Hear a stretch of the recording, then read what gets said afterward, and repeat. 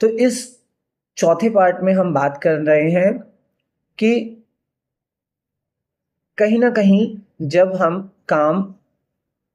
की इच्छा जाहिर होती है और वो किसी तरीके से भी एनर्जी हमारे अंदर से बाहर आने का प्रयास करती है, तो ऐसा नहीं है कि केवल वो बाहर ही ऊर्जा आती है। जब वो ऊर्जा आप निकालते हैं तो वो हमारे बाहर और अंदर दोनों तरफ है ना फ्लो करती है। लेकिन मान लीजिए किसी की ऊर्जा, अगर वो काम की क्रिया आपकी सही प्रकार है, आप उसको अगर योग विधि और समझ से आप कर पा रहे हैं, वैसे तो मनुष्य की चेतना में वो सारी समझ होती हैं, लेकिन अगर आप उसको सही से कर पा रहे हैं तो जब वो बाहर की ओर जाती है तब भी वो है ना एक जीवन का सृजन करने के लिए बढ़ती है। और जब वो इन्वर्स हो रही है तो भी अंदर वो एक सृजन के लिए, आपके उद्देश्य पूर्ति के लिए ऊर्जा रूपांतरित होती है। उसका परसेंटेज है ना हो सकता है कि कम ज़्यादा हो, तो जब भी है ना ऊर्जा बाहर आएगी तब वो अंदर भी जाएगी, भले ही उसका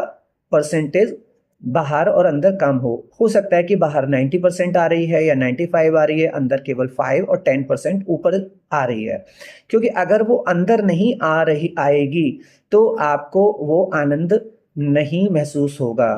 कहीं ना कहीं वो ऊर्जा 5 से 10% अंदर भी चैनलाइज होती है। तो इसीलिए हमें सेक्स करना अच्छा लगता है। और अगर हम इसको और अच्छे से अगर सीख लें तो वो एनर्जी कहीं ना कहीं 60% बाहर 40% अंदर, और अच्छे से सीख लें तो 50% बाहर 50% अंदर, और भी ज़्यादा अगर अच्छे से अगर हम उसको समझ लें तो ये कहीं ना कहीं अंदर और बाहर एक बैलेंस करती है। और आप कहीं ना कहीं बाहर भी सृजन कर रहे होते हैं उसी समय और अंदर भी सृजन कर रहे होते हैं। जब आप इस तरह की अवस्था में पहुंच जाते हैं तो आप कहीं ना कहीं अपने हर जगह पे, हर विधि पे उन्नति और समृद्धि के द्वार को ओपन कर देते हैं और आपका स्वादिष्टान चक्र कहीं ना कहीं बैलेंस्ड हो जाता है और एक्टिवेट हो जाता है। तो इसको अक्सर लोग ब्रह्मचर्य का पालन करके भी है ना फ्लो को, बाहर के फ्लो को रोककर अंदर के फ्लो को ज़्यादा मजबूत बनाने का प्रयास करते हैं। तो क्या आप है ना किस तरीके से इस चीज़ को देखते हैं, किस तरीके से इस चीज़ को समझते हैं, आप मुझे बताइएगा। और इसी वजह से ब्रह्मचर्य में जब भी है ना आप इस विधि को समझ जाते हैं कि फ्लो को हमारा अंदर परसेंटेज ज़्यादा होना चाहिए, ताकि हम अपनी ऊर्जा को अपने और लक्ष्यों में या और चक्रास में फ्लो कर पाएं। अगर कहीं पर कहते ना कमी है या फिर प्रॉब्लम है या फिर ब्लॉकेज है चीज़ों में, तो वहाँ पर ये ऊर्जा काम आती है। अगर हम और बात करें तो जब जितनी ये बैलेंस होगी उतना ये ज़्यादा बेहतर होगा। ऐसे ही मूलाधार, ऐसे ही स्वादिष्ठान और ऐसे ही मूला मणिपुर, तीनों चक्रास को बैलेंस करना और एक्टिवेट करना, उसको अपग्रेड करना, अपडेट करना और कहीं ना कहीं उसको अलाइन करने के साथ साथ आप उसको एनलाइटन की ओर लेकर जाएं। ये प्रोसेस करने के बाद हम इसके बाद ऊपर के चक्रास में आते हैं। आपका अगर कोई इससे संबंधित चक्रास से संबंधित नीचे चक्रास, इनिशियल चक्रास से संबंधित कोई प्रश्न हो, सवाल हो, मन में डाउट हो, तो आप मेरे को कमेंट बॉक्स में लिख सकते हैं। हम उस पर चर्चा विषय करके नई वीडियोस बना सकते हैं या फिर कमेंट्स में डिस्कशंस कर सकते हैं। अब ऊपर के चक्रास में आने के बाद हमारे अनाहत हृदय चक्र से नीचे सूर्य स्थान रहता है, यानी सोलर प्लेक्स। तो सोलर प्लेक्स और हमारा अनाहत और हमारा विशुद्धि, ये तीन चक्र कहीं ना कहीं हमारे अंदर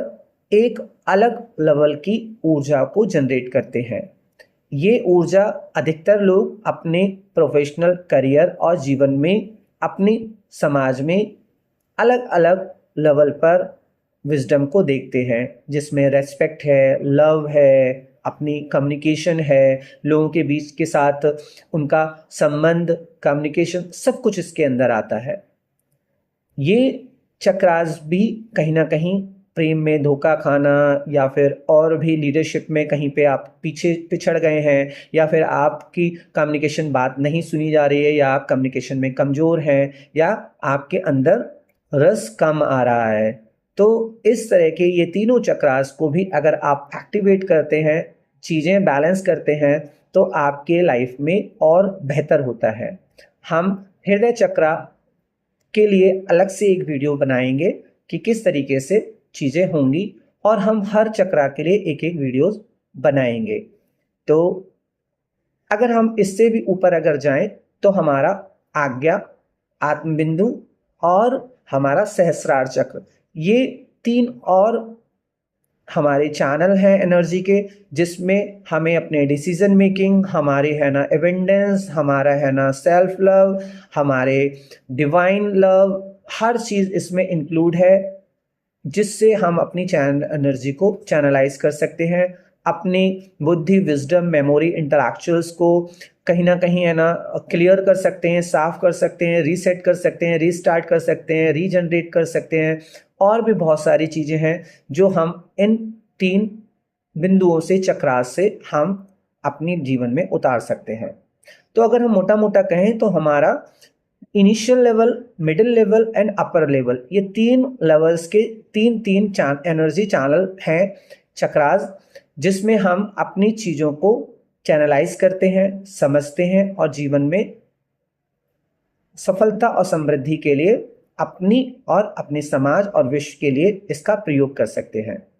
तो आपने अभी तक अपनी स्व यात्रा शुरू की है, या स्व यात्रा से अपने अनजान हैं, इसको अवेयरनेस के साथ करने से आपको क्या बेनिफिट्स मिलेंगे, या जो भी आप लाइफ में डिसीजंस लेते हैं, जो भी आप है ना शब्दों का प्रयोग करते हैं, जो भी भोजन ग्रहण करते हैं, जो भी लोगों से आप प्रेम करते हैं, जो भी लोगों से आप आत्मा का संबंध रखते हैं, जिन लोगों से आप मिलते हैं, जिन लोगों के साथ व्यवहार बनाते हैं, जिन लोगों को अच्छा बुरा बोलते हैं, जिन लोगों के साथ मिलके डिसीजन लेते हैं, या और भी अलग अलग बातें, ये सारे एनर्जी चैनल उनको इम्पैक्ट डालते हैं, आपके ऊपर उनके डालते हैं, और आपके उनके ऊपर डालते हैं। तो आप अपने जीवन में एक ऑथेंटिक हो पाएँ, क्लैरिटी के साथ आ पाएँ, कॉन्फिडेंस आपके अंदर आ पाए, आपकी डिसीजन मेकिंग पावर स्ट्रांग हो पाए, तो इसके लिए आप स्व यात्रा शुरू कर सकते हैं, जिससे आप एक तरह से बोलें अपनी दुनिया भी बदल सकते हैं, आप अपना समाज बदल सकते हैं, और आप अपनी पूरी दुनिया को बदल सकते हैं। तो आप जितना प्राण ऊर्जा को बढ़ाएंगे, उतना आपका जीवन बढ़ेगा। प्राण ऊर्जा कम होना, ज़्यादा होना कोई बहुत बड़ा इश्यू नहीं है, उसको हम दोबारा से अलग अलग प्रैक्टिसेस से हम उसको समझ सकते हैं कि कब कम हुई है, तो हम उसको बढ़ा सकते हैं। और चीज़ें कभी कभार आप उसको बिल्कुल सहज सरल तरीके से देखते हैं, तो एक दौड़ के थकना एक आम बात है, या फिर बैठे बैठे रह के भी थक जाना एक आम बात है। बस ये है कि आप अगर बैठे बैठे रह के अगर थक रहे हैं तो थोड़ा दौड़ना शुरू कर दीजिए, और अगर आप दौड़ दौड़ के थक रहे हैं तो दौड़ते रहें, धीरे धीरे वो आपकी प्रैक्टिस में आ जाएगा। और डिपेंड करेगा कि आपके लक्ष्य क्या हैं, और लक्ष्यों के हिसाब से ही हमारे अंदर विजडम आती है, लक्ष्यों के हिसाब से ही हमारे आसपास हमारे लोग हमारे बनते हैं। जो हमसे लोग छूट रहे हैं तो उनसे अटैचमेंट और डी अटैचमेंट को भी हमें देखना और समझना पड़ता है। जो लोग छूट रहे हैं कहीं ना कहीं वो बेहतर के लिए होता है, जो लोग हमारी लाइफ में आ रहे हैं वो भी बेहतर के लिए है, जो लोग हमें कुछ टाइम के लिए सबक सिखा के जा रहे हैं वो भी हमारे बेहतरी के लिए है। तो हम अपनी लाइफ में स्वयं को स्व यात्रा में जितना समझ सकते हैं उतना अलग अलग रूप में समझें। स्पिरिचुअल जर्नी और मैटरलिस्टिक जर्नी दोनों अलग अलग नहीं है, दोनों ही एक सिक्के के 2 पहलू हैं। तो आप हमेशा है ना अध्यात्म को अलग ना देखें और मैटरलिस्टिक लाइफ को अलग ना देखें, और ना दोनों गोलों को अलग अलग देखें। दोनों गोल भले आपने जो भी सोच के बनाए हैं, मैटरलिस्टिक बनाया है तो उसमें आध्यात्मिकता की आवश्यकता आएगी ऊंचे लेवल पर, और आपने अगर स्पिरिचुअल बनाया है तो उसमें भी ऊंचे लेवल पर जाने पर मैटरलिस्टिक रिसोर्सेज की आवश्यकता होगी। तो आपको क्या समझ में आया आप मुझे बताइएगा। तो आपका चैतन्य मित्र, आपका स्पीकर एंड गाइड, आपको ये वीडियोस कैसी लग रही हैं आप मुझे ज़रूर बताइएगा, और इसको लाइक कर लीजिएगा। ब्रह्मचर्य का हमारा सेक्शंस ये लगभग हमने पूरा किया है 5 पार्ट्स में, तो आप हमें बताइएगा, और भी अगर इसके ऊपर वीडियोस बनानी है तो मैं खुल के आपके साथ चर्चा करना चाहूँगा। तो आज के लिए इतना ही। Thank you so much.